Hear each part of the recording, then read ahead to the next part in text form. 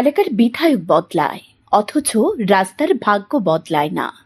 বিকাশ ত্রিপুরাতে এখনো বেহাল রাস্তা দিয়ে চলাচল করতে হয় সাধারণ জনগণদের। এর দৃশ্য গোলাঘাটি বিধানসভার কলকলিয়া এবং গোপীনগর এলাকায়। এই রাস্তাগুলো বাম আমল থেকে বেহাল অবস্থায় আছে। বিজেপি সরকারের আমলে গোটা দেশ এবং রাজ্যে উন্নয়নের জোয়ার বইছে বলে দাবি করছে বিজেপির নেতাকর্মীরা। গোলাঘাটি বিধানসভার অন্তর্গত কলকলিয়া এবং গোপীনগর এলাকার রাস্তায় সে বাম আমলের মতোই অচল অবস্থায় পড়ে রয়েছে। সেদিকে লক্ষ্য নেই কারোর, অথচ এলাকার মানুষ উৎসবের মেজাজে সব ধরনের উন্নয়নের আশা ভরসা রেখে ভোট দিয়ে 2018 বিধানসভা নির্বাচনে বিজেপির প্রার্থী বীরেন্দ্র কিশোর দেববর্মনকে জয়ী করেছেন। তারপর গত 2023 বিধানসভা নির্বাচনে গোলাঘাটি বিধানসভায় জনগণ তীব্রমথা দলের মানব দেববর্মাকে ভোট দিয়ে জয়ী করেছেন। কিন্তু গত 7 বছরে দুবার মন্ত্রী বিধায়কদের বেতন ভাতা বাড়লেও এলাকার উন্নয়নের দিকে যে নজর নেই তারই অন্যতম উদাহরণ এই রাস্তাটি। বহুবার বিধায়কের রাস্তাটি সংস্কার করে দেওয়ার জন্য দাবি করা হয়েছে, তিনি শুধুমাত্র আশ্বাস দিয়ে গেছেন। সংস্কার করার জন্য কোনো উদ্যোগ নেয়নি বলে জানান গ্রামবাসী।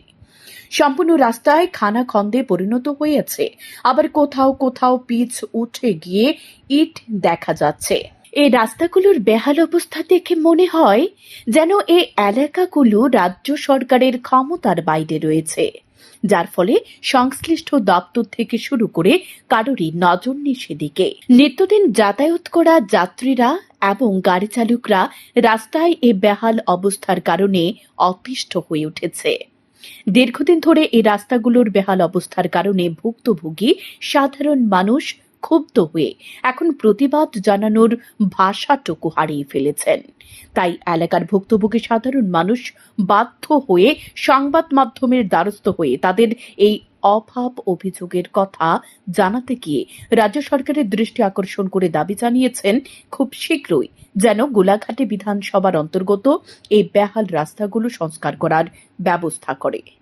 ওই তো 10-15 বছর দিকা রাস্তা খারাপ হয়ে কোনো কাজ হয় না। আমি ওই কাজটা দেখা আপনারা চলাফেরা করতে অসুবিধা নেই? ভাঙাটি সাইকেলটা বন্ধ লইয়া যাবন দেয় না, আপনারা সাইকেল দিয়ে যাবন দেয় না। এই রাস্তাটা কই থেকে কত দূর গেছে? এইটা এই তো এই দুর্গাচর থেকে কাটতে অবস্থিলা মানে এই পুরাটা রাস্তায় কি এইভাবে খারাপ? এই বাবুই মেলা বছর যাবত এই রাস্তা এরকম প্রধানমন্ত্রী সড়ক যোজনা যে রাস্তা বান্ধা গেছে, এরপরে একটা কোনো কাজ হয়েছে না এই রাস্তার মধ্যে। রাস্তা ভাঙচুর রয়েছে, বালুর গাড়ি সবসময় যাতায়াত করে, এটা না কাজ ওই বালুর গাড়ি যাতায়াত করে, হেভি ওজন বালুর গাড়ি রাস্তা একবারে ভেঙে গেলাইছে, আমরা চলাচল করতে অসুবিধা। আচ্ছা, পুরাটা রাস্তায় কি এইভাবে খারাপ? পুরো রাস্তা এই অবস্থা। এই রাস্তাটা কই থেকে কত দূর গেছে? এটা অবশ্যই থেকে শান্তিবাজার পর্যন্ত গেছে। এখন দেখার বিষয় সরকার তাদের সমস্যা সমাধানে কতটুকু এগিয়ে আসে। শান্তন টিভি।